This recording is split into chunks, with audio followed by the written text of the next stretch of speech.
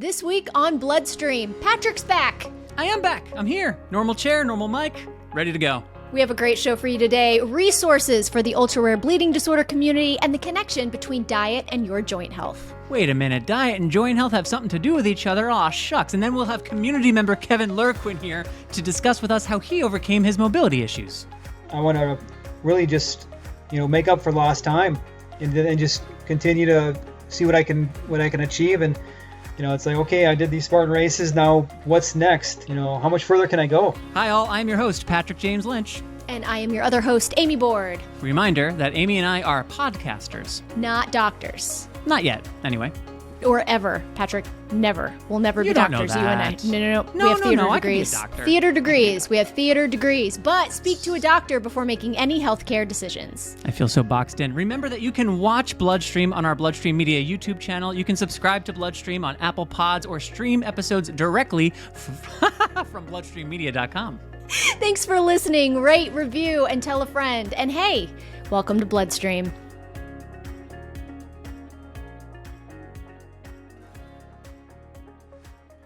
Welcome back. How goes fatherhood? You've come to us changed, literally changed.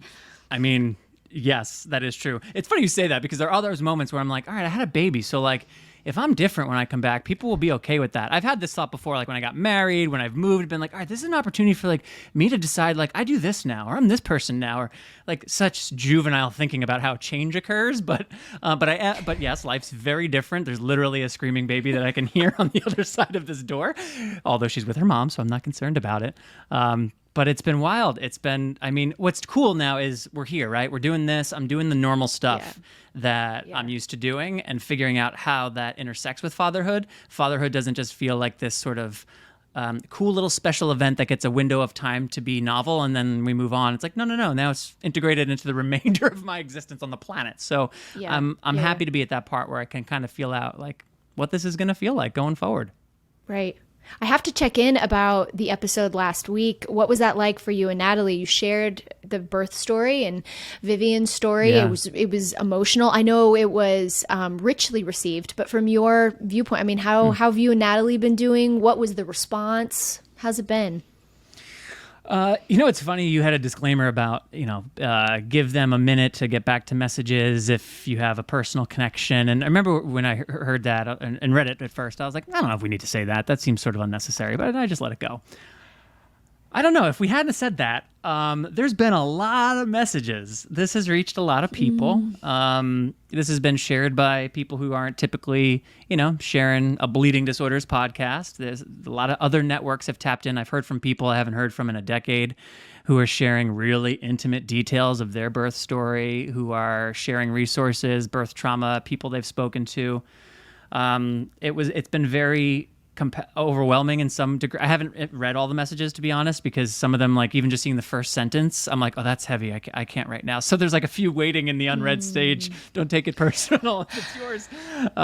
Just having to like pace it all. But it's been really nice. Like we've said to each other, Natalie and I, many times, how grateful we are that we did that, because it's felt like, okay, the story's out there. Anyone who wants to know, who's in the family and feels like they need to know for our own purposes, like that's now done. And any other way we want to process or communicate about this, fine. But this piece of it is done. Though the last thing I will say, which I kind of feel a little silly like admitting this, but I listened back to maybe the first half of it a little bit more, and I was like surprised. I forget. This sounds so stupid. I forget that people are listening to this stuff that we record, Like I'm just talking to you right now. I know it's a podcast. Like I'm aware of that. But when I get messages from Nina Kirshner or Ben Martin or Stephanie Lapido, just throwing out names, I'm like, oh, right, yeah, I forgot. The people I know and some of the people I know most intimately listen to this. So when we just kind of dump stuff, it's received. So I did feel afterwards a little like, not exposed, but just like surprised. And then I was surprised. It's like, you've been a performer and talking and sharing openly for a long time. Like, what's different about this? And maybe it's because it was birth and it involves Vivian, this new person. And I don't know. I don't know what it is, but to answer your question honestly, I'm really glad we did it. The response has been extraordinary. The support that's come from that, the resources that have been presented, it's been meaningful for Natalie and I personally. I'm glad, to the point you made at the end of the episode, that Vivian will one day have it as an interesting little capture of her entrance into the world. But yeah, there's also the part of me that's like, man, you really put it out there sometimes, and I guess good for you. I don't know. I thought it was a beautiful use of the platform. And I am a person here.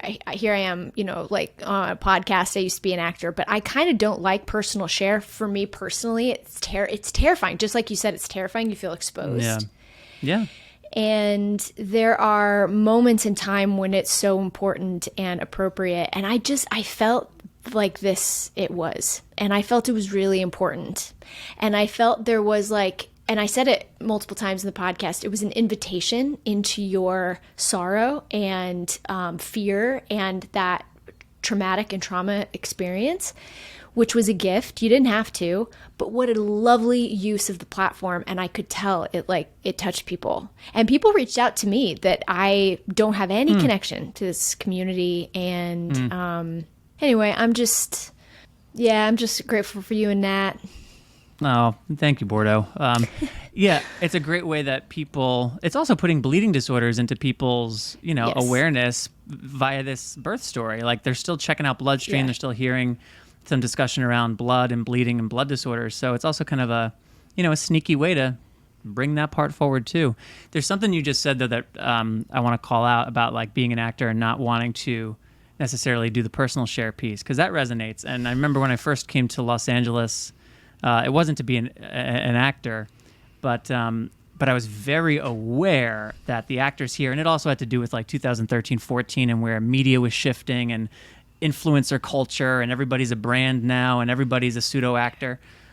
Just seeing how much like people's, like it's just constant, like people's faces in their story, and like I'm at the grocery store and now I'm doing this. Look at me, look at me, look at me, and I was like, this is a nightmare. Like I hate this. What I like about acting is I get to use all the stuff inside of me and my tool and my body to bring something else to life. Like, it's hard, sharing about myself. And then on top of it, all this like, look at me type of behavior so that I can be an actor. Not for me, but I had some acting-ish work this morning I want to tell you about, because it relates to bleeding disorder stuff. Prove it, PJL, prove it.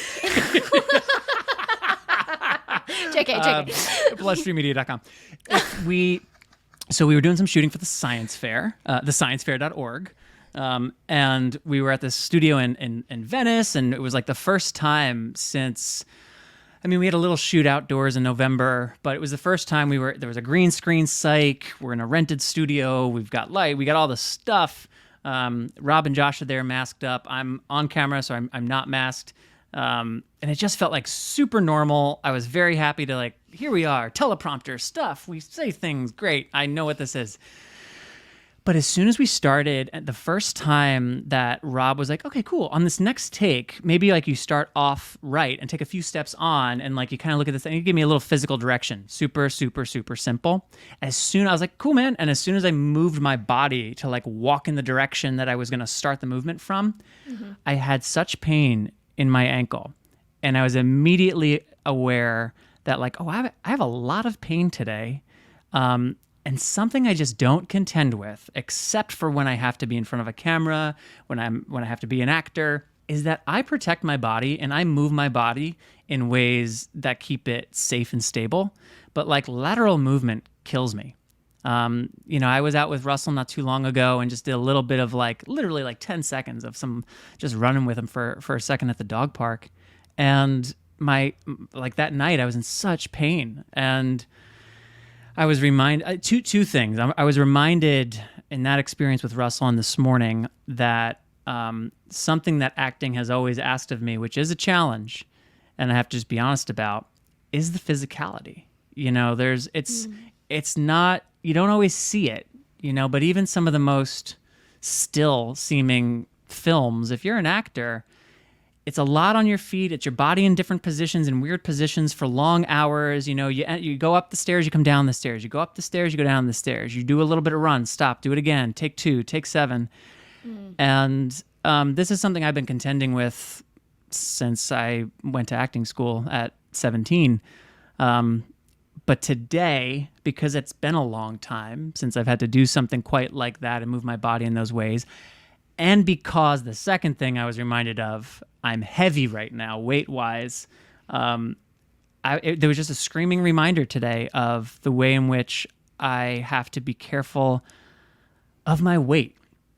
And, the acting stuff, performance stuff, that's all fine, controllable. I don't do much of it, and it's okay. But at this weight, I'm about 25 pounds heavy right now, which you wouldn't necessarily know to look at me because I'm tall and I got wide shoulders and I can, quote, carry it well, and it doesn't show up in my face and all this like garbage stuff we use to justify like why more Oreos. But I have 25 more pounds on my body, which means my ankles and my knees and my hips and my lower back and all of it are having to support that much more weight. And coming into today and knowing that, we were going to be talking a bit about diet. Wow. Like for me, it is such an overlooked part of health. And when I talk about health and when I think about my health and think about what it means to be healthy, I just so often eliminate like diet from my decision tree, to be quite honest, because I don't want to like give up the pizza and ice cream. So that's where I'm at. This morning was great. I'm so excited to see like what comes of this crazy green screen science fair, animated doctor and me doing a tour of the science. It's going to be very fun. But man, as soon as I had to like move a little bit for the first time, and then of course I had to move a little bit a bunch of more times, I was like, man, this hurts and this sucks. So that's the energy I want to bring in today, Bordeaux. I want to bring in this, I'm angry and sad. Wah, wah. You're welcome. Never. No. JK. I think that is a terrific segue into our conversation that we're going to have about diet and the interconnectedness through all of this, and specifically looking in the lens of bleeding disorders. It is such a crucial piece that is difficult. We have a guest with us that's going to be here for this segment that I can't wait to bring in. So we'll be back right after these messages. Today's Bloodstream episode is brought to you by our partner, Takeda. Did you know that maintaining a healthy weight through proper nutrition and exercise may decrease joint complications brought on by your bleeding disorder? I mean, yes, I know that. I just don't always practice it, so I need these kind of things to remind me, as I was literally just talking about. Learn how healthy eating can help your joints and how to better manage your bleeding disorder with Takeda at bleedingdisorders.com. You ever heard of it? Takeda has been helping patients manage their bleeding disorders for over 70 years. Wherever your bleeding disorder takes you, Takeda is there to support you every mile of the journey. Again, that's bleedingdisorders.com. So Amy, you teased we have a guest. Who's our guest? Introduce our guest. Where's the guest? Where is our guest? I'm so excited. Oh, there she is. Alexa Abreu is here. Alexa. Bloodstream listeners are very familiar, hopefully now, with Alexa. She has contributed to several of our Bleeding Disorders Awareness Month podcasts, as well as some of the other projects. She is a social worker. She's one of my favorite people. Welcome to the podcast, friend. Thank you for having me. And it's so good to see you, Patrick. Thank you. It's good to see you as well. And thank you for, as Amy just said, everything you've done to help expand our presence during Bloodstream Month. I mean, it really has been during Bleeding Disorders Awareness Month. So I appreciate you helping be a part of that fabric. little subconscious flip there, eh? Well, thank you so much. So we want to talk a bit about diet, Amy, I believe, yeah? Yeah, diet. I think... Why do you say it like that? Well, because I think it can be flippant. I think we can say eat healthy. I think we're messaged overwhelmingly that it's not a hard thing and that really beautiful people do it. And so everyone should figure it out. I think diet can be... there are many layers, and we can get into some, but I think from my viewpoint, I just want to say I think it can be a very charged, emotionally difficult thing. Our relationship with food can be very difficult, and especially when that is coupled with chronic disease, when it is affecting joint health, it's affecting your health in other areas, and the despair of it, the constant energy around it, the constant energy of I should eat this, I shouldn't eat that. I just think we have a very complicated relationship with food emotionally. We can get into some other issues, but our emotional relationship to food and how it can make us feel better, how it should make us feel better, the rage that we could experience when we can't have certain things, when we're told no, is really difficult. So in terms of this conversation, I guess I just want to say that, you know, as we discuss diet and how important it is for your joint health, which we all know is a true thing, no one is saying it isn't. We just want to be very sensitive to everyone's emotional, you know, reality around food, because it's difficult. No, that's fair. And I appreciate you saying that right at the top. Alexa, what are your thoughts on that?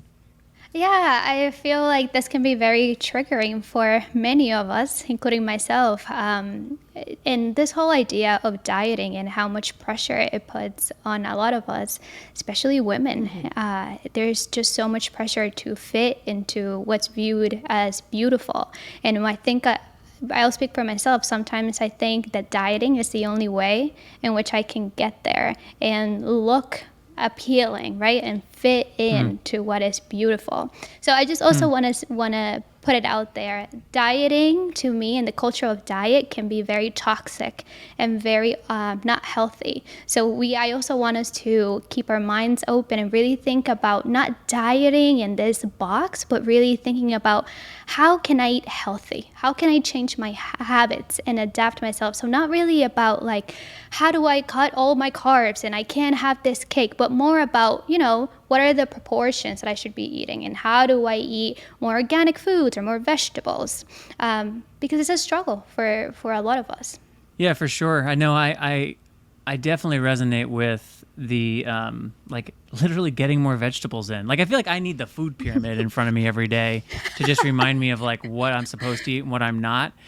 This is true. In college, I introduced myself to so many new foods, vegetables mainly, by getting them on pizza, because there was a pizza place near where I lived sophomore year that every week did super specialty. There were these giant slices. They're like a pie by themselves. And they'd have 4 different, to be like eggplant and, you know, blue cheese. That sounds horrible. But there would be all kinds of like different stuff that was really novel. And since I like pizza, I was like, oh, all right, let me learn about eggplant via pizza. Oh, red peppers, they're on pizza? I'll have that. And so I was like, this is my introduction. However, fast forward another 17 years, and that's still how I primarily take in vegetables. So I definitely need a reminder of like what's actually healthy. And the other thing you said about diet equals beautiful, and you know, earlier in the show we were talking about our backgrounds, Amy and I, in performance, and I definitely hear what you said about, especially for women, the pressure. I you know, that point's heard. But as a male in performance and in positions where you're up in front and people are staring at you, it's there too. And it's also, for me, it becomes something I get so in my head about my appearance and my body and my energy, and it's so catastrophic at times. It's so crippling is the better word than catastrophic. And I'd be interested to hear you guys kind of speak to this. And yet I don't make changes. Like, yes, I do, and they last as long as they last. But I revert. I go back to like wherever I came from. The pizza. I go back to the pizza. So I'm curious, like, how have you guys had success with like shifting your nutrition focus in a meaningful way ever? I mean, I definitely try. Amy is just shaking her head. I'm sorry. Amy's absolutely not. No. I really try. And let me tell you, it's a constant struggle with my father. Imagine this. Imagine a 50-year-old Puerto Rican man that eats rice and beans and meat every single day. And then he'll have like lettuce and tomatoes. And he's like, I'm eating healthy.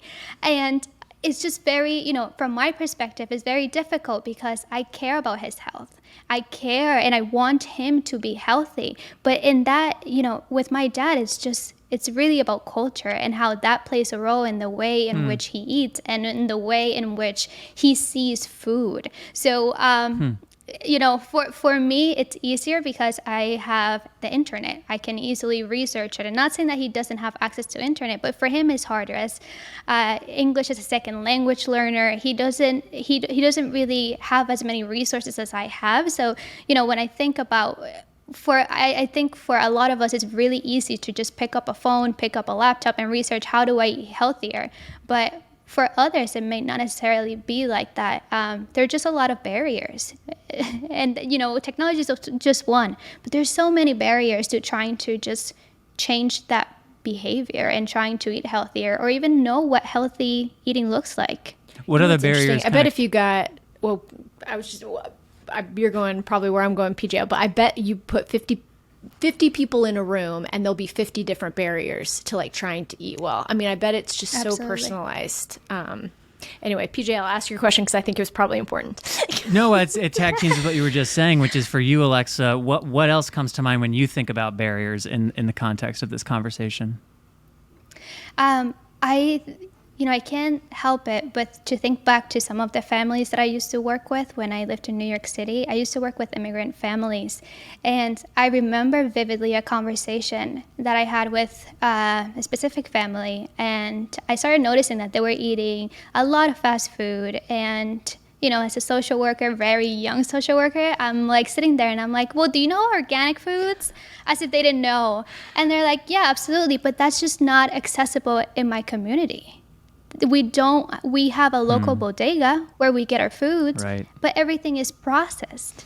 They're like, we would love to have some fresh vegetables, but that's just not there. We would have to walk miles and miles and miles to get that. I just don't have the time. And also I don't have the money to afford fresh vegetables from Whole Foods. Like we just can't do that. It's a privilege. So I often think about that.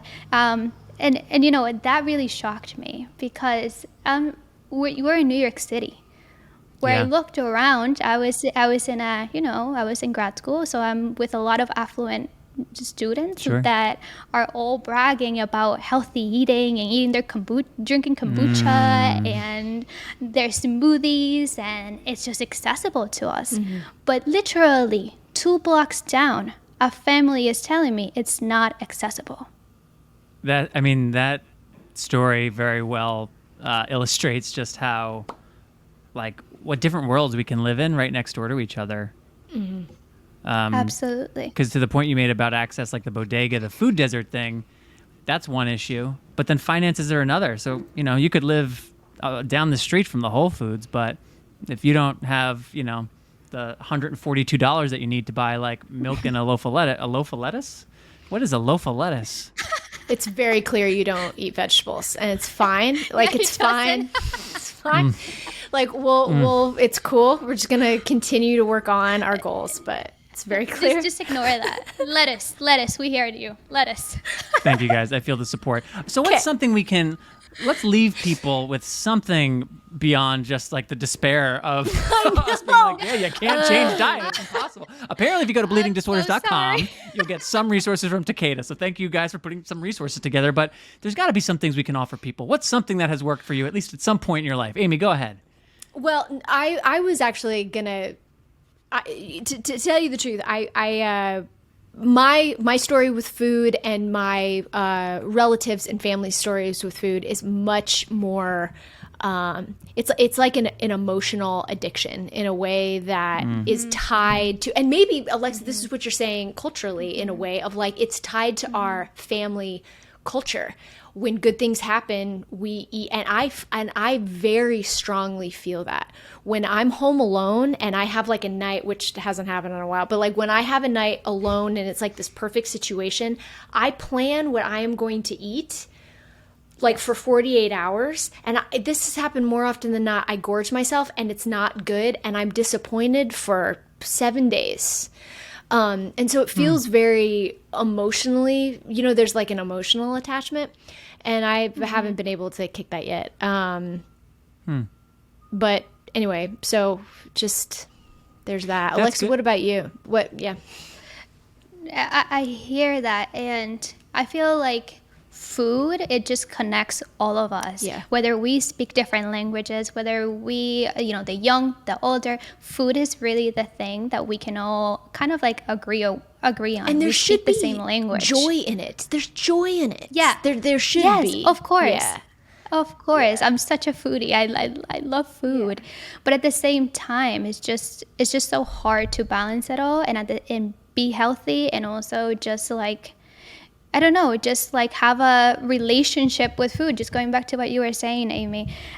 For myself, and I know I'm coming from a place of privilege, but for myself, I use Instagram a lot to really look at, what is healthy eating? Because for a while, I will be honest, I didn't even know what that meant. I thought that if I had just like a salad with tomatoes and, I don't know, cucumbers, I was fine. But it's a lot more than that. Oh boy. It's more than that? Yes, Patrick, it's more than that. Get on it. Come on. Come on. All right. That's pretty intimidating. It is. You're getting your grains, drinking water, something as simple as that. We need water. I didn't drink water when I was growing up. I got water right here. Check. Thank you. That's all I needed was just a little validation. You're just one. You're doing one thing, buddy. Thanks, guys. Yeah. So I mean, it's just about doing our homework and going and taking the extra step to really figure out what works for us, what we like, what we enjoy. I have a lot of friends that have tried the vegan way and the vegetarian way, and that's an absolutely big no for me because I need meat. I love meat. But you can do that too, you can do that and do it in a really enjoyable way. There are so many resources out there. So it's really just figuring out what works for you and not letting society tell you what to do or how to do things, but just really sitting down with yourself and your family and, creating some goals and figuring out what is it that you want to accomplish and how. So, I know we're coming up on the end of our time. I think one of the big takeaways for me from this segment, joking about my terrible habits and everything else aside, you just said it, Alexa, the relationship to food. I don't think I think about my relationship to food. I think about healthy eating. I go, oh, that ice cream, unhealthy. But I don't go deeper to think about what's my relationship to food. What's happening right now on an emotional level? Am I trying to connect to something? Am I trying to escape something? Am I falling into like a behavior pattern that feels familiar and maybe tied to a family thing? So I think what I'm going to come out of this with is making sure that I'm not just kind of siloing my thinking about food into like, man, I need more spinach. But it's like, no, I need to know what's going on inside me related to food that causes me to like just want to continue to eat pizza and to stay away from, stuff that would be much more healthy for me. So I appreciate that framing. That's what I'm walking away with, my relationship to food. I don't know if either of you have a walk away before we wrap up, but that's mine. I guess just as you were saying that, Patrick, something that popped into my head, and, to extend this to our listeners as well, is just to give yourself patience and grace as well. Like no habit that we, enter into in anything ever is like consistent for the rest of our life. It's up and down. You're going to have weeks that are terrible and you fall off the wagon and it's okay. And I think the damage will be if we beat ourselves up for that. And it's hard, of course in the moment, but just almost like the reality of like, it's going to be up and down. It's going to be an ebb and flow. And, that's part of it. Everything you just said. Yes. And let's stop with this dieting culture and really embrace healthy eating. Yes. That's it. I like it. Yes. I like it. Thank you, Alexa, for joining us. This was fun. I hope we have you back soon. I know our Bleeding Disorders Awareness Month daily episodes will be coming to an end next week as we move into April, but we'd love to keep having you on the podcast. So thank you, and we will talk to you again sooner than we won't. Then thank you both. Bye-bye. Amy and I will be right back after this break.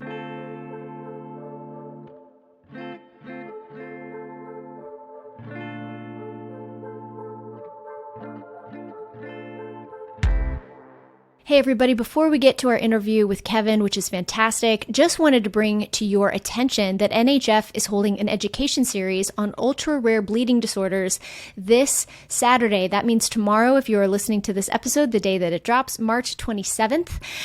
There are going to be great online webinar resources for those of you with rare, ultra-rare bleeding disorders, like living the rare experience, current treatments for rare bleeding disorders, and finding your own rare path. So follow up with NHF on their website for anything relating to ultra-rare bleeding disorders. And now, let's get to our interview with Kevin.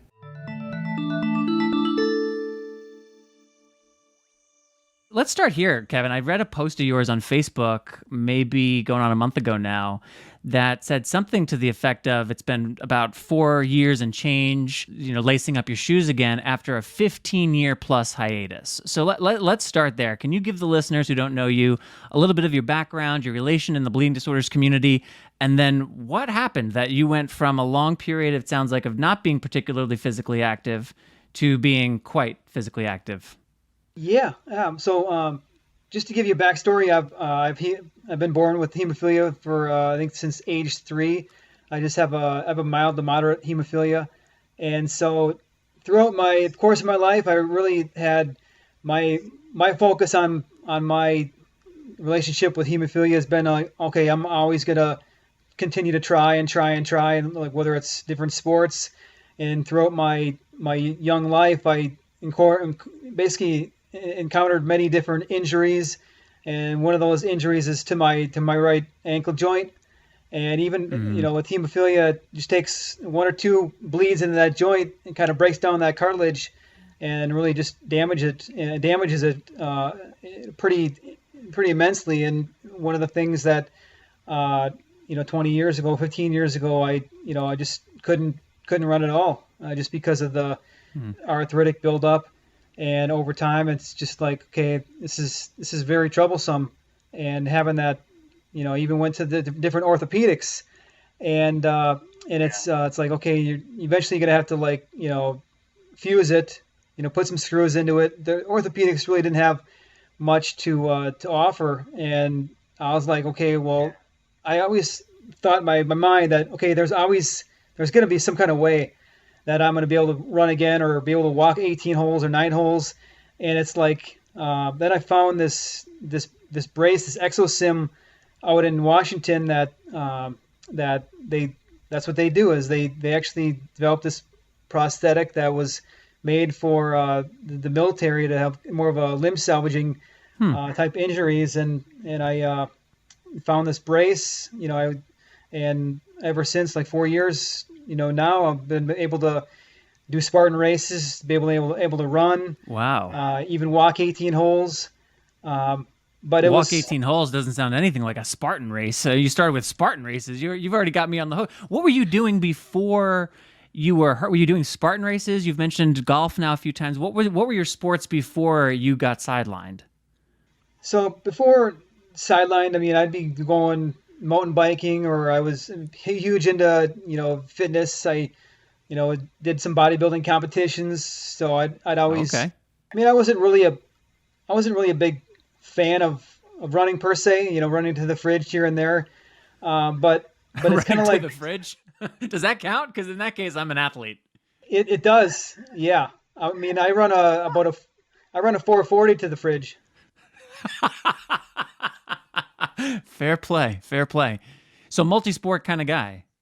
Definitely. I always like to try different things. But, so I looked at, running as like it's not that big of a deal when I'm able to run, but when you kind of take something away, it's almost like that dog mentality. It's like you take it away. All right. Even though it's tough to run. It's, now it's like I have a different perception on it. And it's like, okay, I love to run because I couldn't for the last 15 years. And, I developed really a great sense of gratitude for, and even just kind of being able to walk, just because it's okay. Running is, everyone can do that in some respect, but it's like, okay, well, everyone's got their own little thing that maybe is a challenge to them.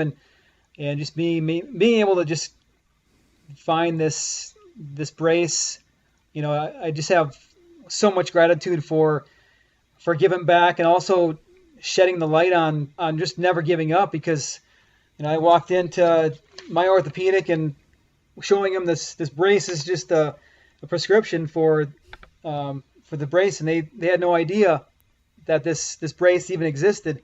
I was like, I kind of shared this brace with them, and it's like, oh yeah, you have end stage arthritis. I kind of knew that, and I respect the orthopedics, but it's like, you guys haven't done much for me except telling me that you can never run again, and that you're gonna eventually have maybe an ankle replacement, or or even just a fuse, which that's that's a perma limp. Right. And, yeah, that's a last resort. Yeah, and I kind of always really used humor as my catalyst, because every now and then I'd be rocking off the golf course, and even like taking a golf cart, I would even have to basically brace up prior to this exosim finding, and I'd be walking in kind of like with a little limp, and people would be asking me, oh, what happened? And I always kind of shrug it off and say, it's just my gangster limp. That's all it is. So this brace went from like you can't run, your sports are taken away from you. You have this brace, and now you're competing in Spartan. Like, part of me is struggling to just wrap my head around the difference that a brace has made in your life. Does that make sense? Do other people find that as amazing? Amy, are you as confounded by this as I am? Well, I'm definitely interested. I'm intrigued. Yeah, and it's and I say it's a brace, but made out of carbon fiber. It's really like a boot, so it actually kind of acts as my ankle, and it really has a lot of great technology. It's got a suspension that allows me to just turn my foot forward, and it's when I run or even golf, I have no ankle pain, and it's really from like a hemophilia standpoint. It's like it probably prevented me from saved me from many bleeds. And so it's been about 4 years now you've been using this? Yep. Yeah, it's been 4 years since it's actually, I'd say it's going on, I would say, what is it? March 30th is 2017 is when I actually went out to Gig Harbor and took a chance and finally found a way to run. What was the catalyst for that? What was the breaking point to like try to find something different? Yeah, it's I've always had that mindset and the mentality of trying to find a way, and I was always inventive, and so I was continuing to search. This has been like a 15-year discovery of, okay, how there's got to be something out there. I mean, either I'm gonna maybe try to create a shoe, which is probably going to be impossible but there's got to be something out there. I mean, there's so many ways people are able to achieve their goals through, just by never giving up. And I always thought, there's got to be some way that somebody's running, or somebody has this brace. And I just continue to search, and by sheer fate and luck, I found this group that developed this exosim, and it's actually you ever hear of the Hanger Clinic? I was there in Gig Harbor for about 10 days, and it just to get fitted and train. And as soon as I put it on, I basically could run. I mean, not as prolific as I am now, but I was like, oh wow, this is pretty dope. So you had it was a 10-day process. So that was a process. It wasn't like they come in, you measure a few things, and you're out in an hour and a half. There was a process to get this set up for you. Yep, it's a big process, and it's kind of started with, taking a little video of myself walking and having them really critique. Okay, are you gonna prove are you gonna be approved for this, based on your gait? It's like, yeah, it's, and whenever they do like a kind of a before and after, like how you're walking now, and as far as like your gait and your pace, your cadence, and I wasn't as bad as some of as other patients that Dr. Ryan had in his history, but I mean, it was great to just find this opportunity, and really since I posted a lot of my videos. I've actually having a lot of people reach out and kind of learn more about. So let me ask you this then. I'm curious, the 4 years now that you've had this, that you've been able to be active again, what have you learned about your body and about hemophilia specifically in the 4 years since you have been able to be active once again? I really learned about patience. I mean, patience is so critical. And just because, I mean, I've been pushing myself and continue to push myself past my limits with this brace. And there's been times where I got injured in there, and it's like, okay, well, I'm very good at getting hurt, but I'm also even better, recovering from those injuries. So I kind of look at this brace as like, okay, I became my own superhero because, it's not just the brace. It's all about that mentality, that mental side of things, where it's like I can achieve these things, but also, that confidence build, that relentlessness, and not having, even like maybe in the past I had maybe a little bit of depression, but I mean it's like I want to really just make up for lost time and just go continue to see what I can achieve. And it's like, okay, I did these Spartan races, now what's next? How much further can I go? Yeah, that's the question. What's next? How much further can you go? What are you working on right now? Yeah, more Spartan races, but really I really want to have like other people kind of dip into their own, be able to kind of do what I'm doing. It's like, okay, well, maybe they got something in the way, they need to find something. Maybe it's a podcast, maybe it's a tool, maybe it's this brace. But I think, okay, well, this I think the bleeding community, it's like I always see like maybe this is what I see from a patient standpoint. It's like, okay, there's a lot of great advances, whether it's hemophilia, the drugs, or gene therapy, but also there's so much that's needs to be done with like even just the lifestyle, because hemophilia is a disorder by kind of textbook definition, but I think hemophilia is more of like a lifestyle, from what you eat to what you think to even the biggest unfortunate of the joint diseases and the arthritic conditions that so many patients suffer. That's really interesting. That's well put. I've never quite thought about it in those terms, but the holistic way in which it affects your life, you have to think through your entire lifestyle as a person with hemophilia. It's not enough to just think about your medicine and are you stretching? Like that's just a part of the total equation, right? Who have you learned from in this community? Who's inspired you? Who's helped you learn how to, use your body maximally? Who comes to mind when I ask this question?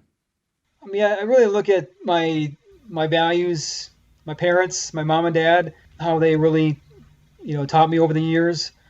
I think that really is, they've been really in my corner ever since I was born. And I think that's just kind of showing me, not only just values, but also just being able to try and never give up. And when it comes to like hemophilia and my conditions, it's like, I never really had like, I had a great support system with my HOC, my Hemophilia Outreach Center. I definitely, love them to death.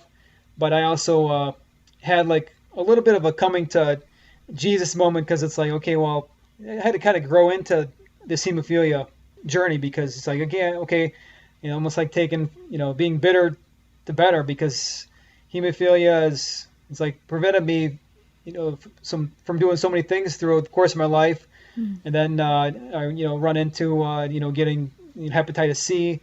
That just kind of built on the fumes of my dislike for what I have.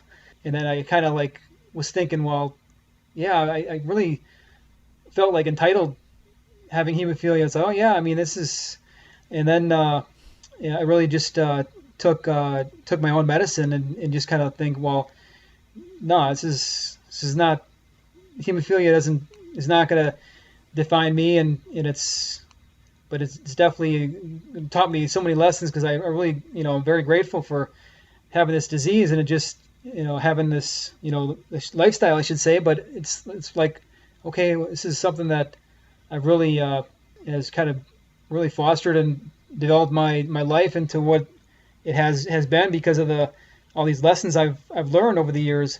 And so it's been, yeah, definitely a learning journey on so many different levels. Yeah, I appreciate your honesty in sharing that too. We're coming up on our time, so my last question, then Amy may have one to follow, but my last one is I've heard three things pretty clearly. One of them you just said that hemophilia isn't defining you, and it's a part of you, it's not defining you. You've also spoken about patience and the importance of patience and how that's something you've had to learn. And then another big P word, persistence. I mean, 15 years, and the way you describe it, staying optimistic and hopeful that at some point you would find something that would change the game for you. I mean, 15 years is a long time to stay persistent. So that absolutely sticks out. Aside from those three things, those are huge, but aside from those three things, is there anything else from your story that you would love listeners to hear or walk away from this interview with? Yeah, I would just say, like, really find like some of your superpowers, because I didn't really have, even though like I was sidelined by not being able to, live that active lifestyle, I really found and really tapped into my creativity and just developed a sense of humor. I found other ways to really kind of push my limits and find other ways to really kind of to really give back and also just kind of grow as a person. So I'd say definitely takeaways is always continue to try and explore new avenues, because you just never know, you might trip up on something that, okay, wow, this is incredible. I mean, I'm not good at. That's good advice. I'm not good at it now, but maybe if I keep trying, I'm gonna achieve it. Maybe I'll even be greater than, maybe this will be my go-to. I mean, something that I can Right. Excel at it and grow from it. Kevin, I just so enjoyed it. I've really enjoyed it. I think it's really inspiring, and I think it's just important to hear that, to experiment with different things of what works with you and your body and your goals is really it's really inspiring. And I'm sure, and maybe I'll ask you, maybe this will be like a final question of just how has your state of mind and your mental health really shifted once you were able to be active again? What has that journey been like? Yeah, it's been just, kind of night and day. It's kind of like, it just really ignited me to just, not just excel and, achieve so many different goals of my own, but also, okay, well, I really want to, give back to not only the bleeding disorder community with knowledge and, and maybe some encouragement, but also give back to the military for, giving me this opportunity.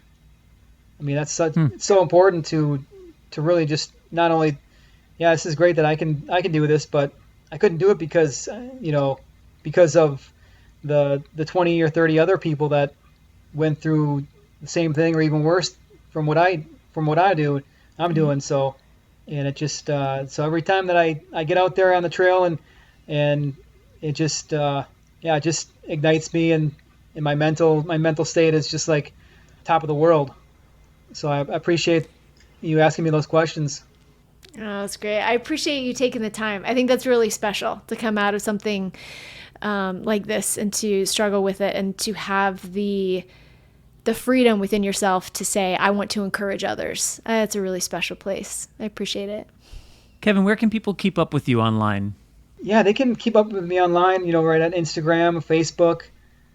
Like, it's just, Kevin at Kevin Leurquin. I wanted to mention too, I was in this national songwriters contest in 2019, Music for the Cause. It was like a bleeding disorder thing, and I did this little I wrote this little rap. I didn't perform it. It was more of a collaborative efforts, and I took second place. That's Hey, great. Congrats. Yeah, I took second place, and it was like something I wrote, and I had somebody else like rap it and produce it, and it was like got second place. What a great Where is experience. it? That's Can we? great. Is it something we could play at the end of this episode? Absolutely, it's called Dreams. It's a pretty inspiring listen. So you can definitely I could send you the deets. Please do. All right. Well, we know how Please we're do. going out of this episode then. We're going to be going out on Dreams. Kevin Leurquin, you can keep up with him online. There's links in the program notes, or look up at Kevin Leurquin on social. Thanks for the time today, and we'll have to have you back to talk about one of these other elements of your very interesting life, Kevin. All right, appreciate it, Patrick. Thanks, Amy. Thank you, Kevin, for joining us and sharing your story. And stick around in just a minute. We're going to play the song that he was talking about, the second place finisher in the Music for the Cause competition. So stick around. But Amy, first, tell us what's going on with Bloodstream next week. Hey, join us next week. We've got great guests. We're coming in with some good stuff. So anyway, stick around for next week. We're excited about it. That was perfect. I love it. You remember to subscribe to us, share it. You know the drill, bloodstreammedia.com.